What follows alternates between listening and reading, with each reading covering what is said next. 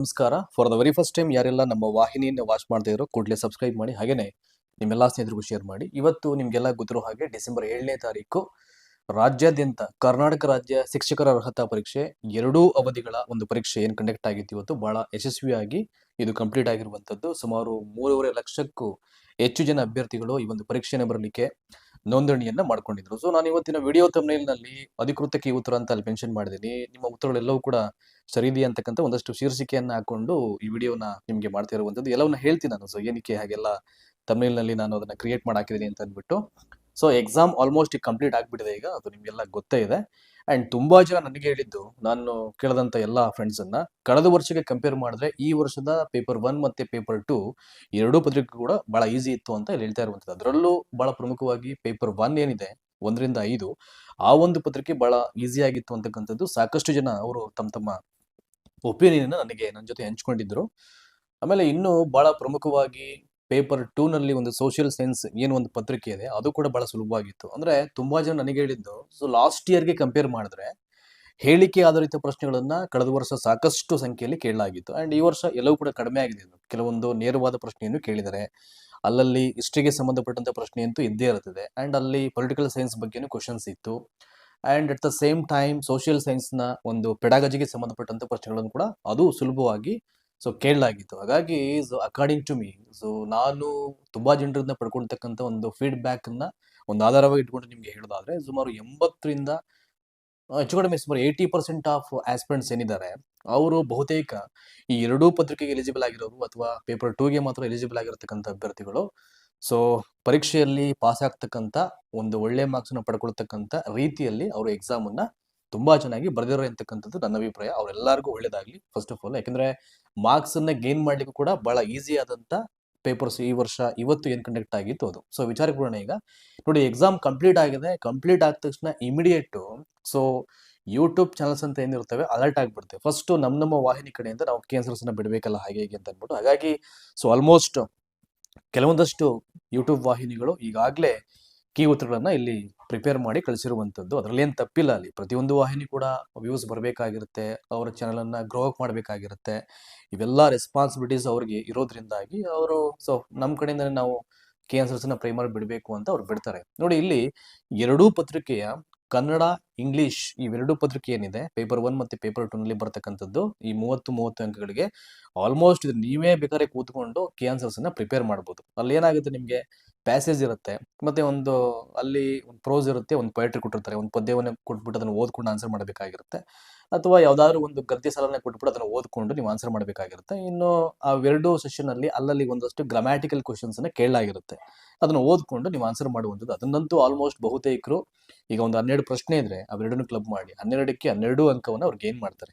ಇನ್ನು ಅದಾದ್ಮೇಲೆ ಬೋಧನಾ ಶಾಸ್ತ್ರಕ್ಕೆ ಸಂಬಂಧಪಟ್ಟಂತ ಪ್ರಶ್ನೆಗಳು ಕೂಡ ಕೆಲವೊಂದು ಕ್ಲಿಷ್ಟಕರವಾಗಿದ್ರು ಕೂಡ ಆಲ್ಮೋಸ್ಟ್ ಸುಮಾರು 85 to 90% ಕೆ ಆನ್ಸರ್ಸ್ ಅನ್ನ ನೀವೇ ಪ್ರಿಪೇರ್ ಮಾಡ್ಕೊಳ್ಬಹುದು. ಆಮೇಲೆ ಇನ್ನೊಂದು ಬಹಳ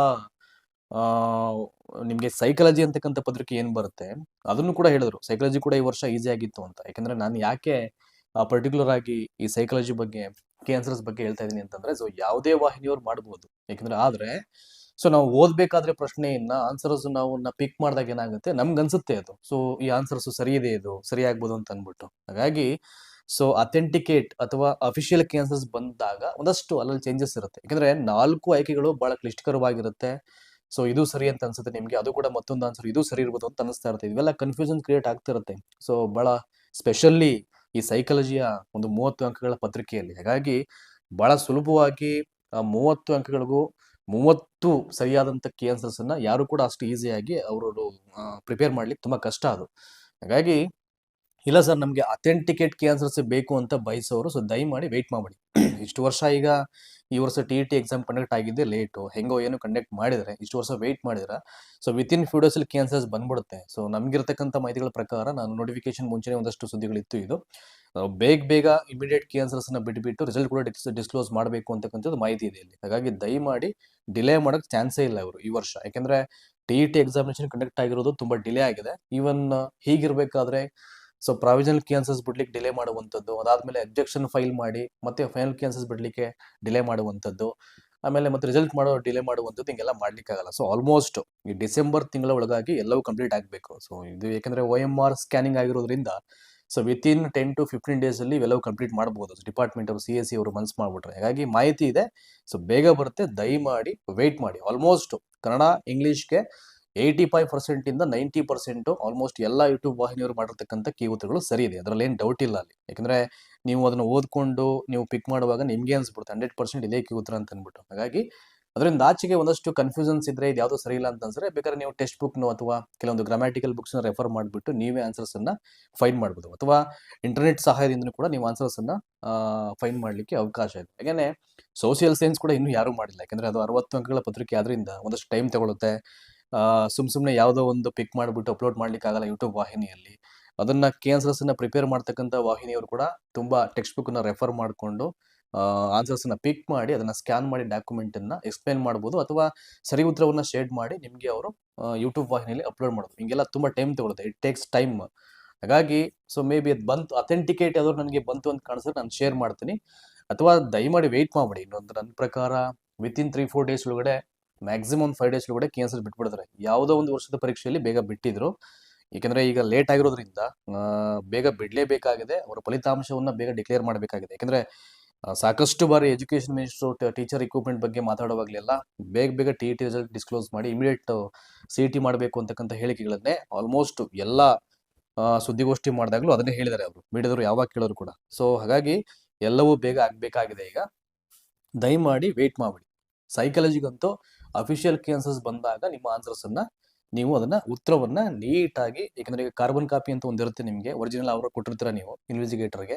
ಸೊ ನೀವು ಒಂದು ಪೆನ್ಸಿಲ್ ತಗೊಂಡು ನೀಟಾಗಿ ಟಿಕ್ ಮಾಡ್ಕೊಂಡು ನೋಡ್ಕೊಳ್ಳಿ, ಅವಾಗ ಗೊತ್ತಾಗ್ಬಿಡುತ್ತೆ ನಿಮಗೆ. ಫಸ್ಟ್ ಪ್ರಾವಿಷನಲ್ KNSS ಅಂತ ಬಿಡ್ತಾರೆ, ಅದಕ್ಕೆ ಒಂದು ವಾರ ಅಬ್ಜೆಕ್ಷನ್ ಮಾಡ್ಲಿಕ್ಕೆ ಒಂದು ಟೈಮ್ ಇರುತ್ತೆ, 3 to 5 ಡೇಸ್ ಅಲ್ಲಿ. ಅಬ್ಜೆಕ್ಷನ್ ಫೈಲ್ ಆದ ನಂತರದಲ್ಲಿ ಫೈನಲ್ KNSS ಬರುತ್ತೆ. ಅಂತಿಮ ಕೀ ಉತ್ತರ ಬಂತು ಅಂತಂದ್ರೆ ಇಸ್ ನಥಿಂಗ್ ಬಟ್ ನಿಮಗೆ ಫಲಿತಾಂಶ ಪ್ರಕಟಗೊಂಡಂಗೆನೇ ಅರ್ಥ ಅದು. ಅದಾದ್ಮೇಲೆ ಸೊ ವಿತಿನ್ ಫ್ಯೂ ಡೇಸ್ ಅಲ್ಲಿ ರಿಸಲ್ಟ್ ಡಿಸ್ಕ್ಲೋಸ್ ಆಗ್ಬಿಡುತ್ತೆ. ಹಿಂಗೆಲ್ಲ ಇದೆ. ಕನ್ನಡ ಇಂಗ್ಲಿಷ್ ಆಲ್ಮೋಸ್ಟ್ ಮಾಡಿರ್ತಕ್ಕಂಥ ಎಲ್ಲ ಯೂಟ್ಯೂಬ್ ವಾಹಿನಿಗಳ ಕೀ ಉತ್ತರಗಳು ಸರಿ ಇದೆ, ಅದರಲ್ಲಿ ಏನು ಡೌಟ್ ಇಲ್ಲ, ಆಯ್ತಾ. ಹಾಗಾಗಿ so maximum 4 to 5 days wait ಮಾಡ್ತು ಅಂತಂದ್ರೆ ಅಫಿಷಿಯಲ್ KNSS ಬೇಗ ಸೊ ಇಲಾಖೆ ಅಧಿಕೃತವಾದ ವೆಬ್ಸೈಟ್ ಅಲ್ಲಿ ಪ್ರಕಟ ಆಗುತ್ತೆ. ಸೊ ನೆಕ್ಸ್ಟ್ ಇನ್ ಕೇಸ್ ಏನಾದರೂ ಗ್ರೇಸ್ ಮಾರ್ಕ್ಸ್ ಅಂತ ಏನಾದ್ರು ಕೊಡೋದಾದ್ರೆ ಅದು ಹೇಗೆ ಕೊಡ್ತಾರೆ, ಅಥವಾ ಹೇಗೆ ಪ್ರಶ್ನೆ ಪತ್ರಿಕೆ ಪ್ರಶ್ನೆಯನ್ನೇ ಡಿಲೀಟ್ ಮಾಡ್ಬೋದಾ, ಇದಕ್ಕೆ ಸಂಬಂಧಪಟ್ಟಂತೆ ನಿಮಗೆ ಮುಂದಿನ ವಿಡಿಯೋಗಳಲ್ಲಿ ನಾನು ಹೇಳ್ತಾ ಹೋಗ್ತೀನಿ, ವಿತ್ ಅಫಿಷಿಯಲ್ ನೋಟಿಫಿಕೇಶನ್ ಅಧಿಕೃತವಾದ ದಾಖಲೆಗಳನ್ನು ಇಟ್ಕೊಂಡು. ಸುಮ್ಮನೆ ಬ್ಲೈಂಡ್ ಆಗೇನು ಹೇಳಲ್ಲ. ಗ್ರೇಸ್ ಮಾರ್ಕ್ಸ್ ಕೊಡೋದಾದ್ರೆ ಹೇಗೆ ಕೊಡ್ತಾರೆ, ಅಥವಾ ಪ್ರಶ್ನೆ ಡಿಲೀಟ್ ಮಾಡೋದು ಅಂತಂದಾಗ ಅದು ಹೇಗೆ ಡಿಲೀಟ್ ಆಗುತ್ತೆ, ಅದನ್ನ ನಿಮಗೆ ಮುಂದಿನ ವಿಡಿಯೋಗಳಲ್ಲಿ ನಾನು ಹೇಳೋ ಪ್ರಯತ್ನ ಮಾಡ್ತೀನಿ. ಸೊ ದಯಮಾಡಿ ಹೀಗೆ ವಾಚ್ ಮಾಡ್ತಾ ಇರಿ. Thank you so much.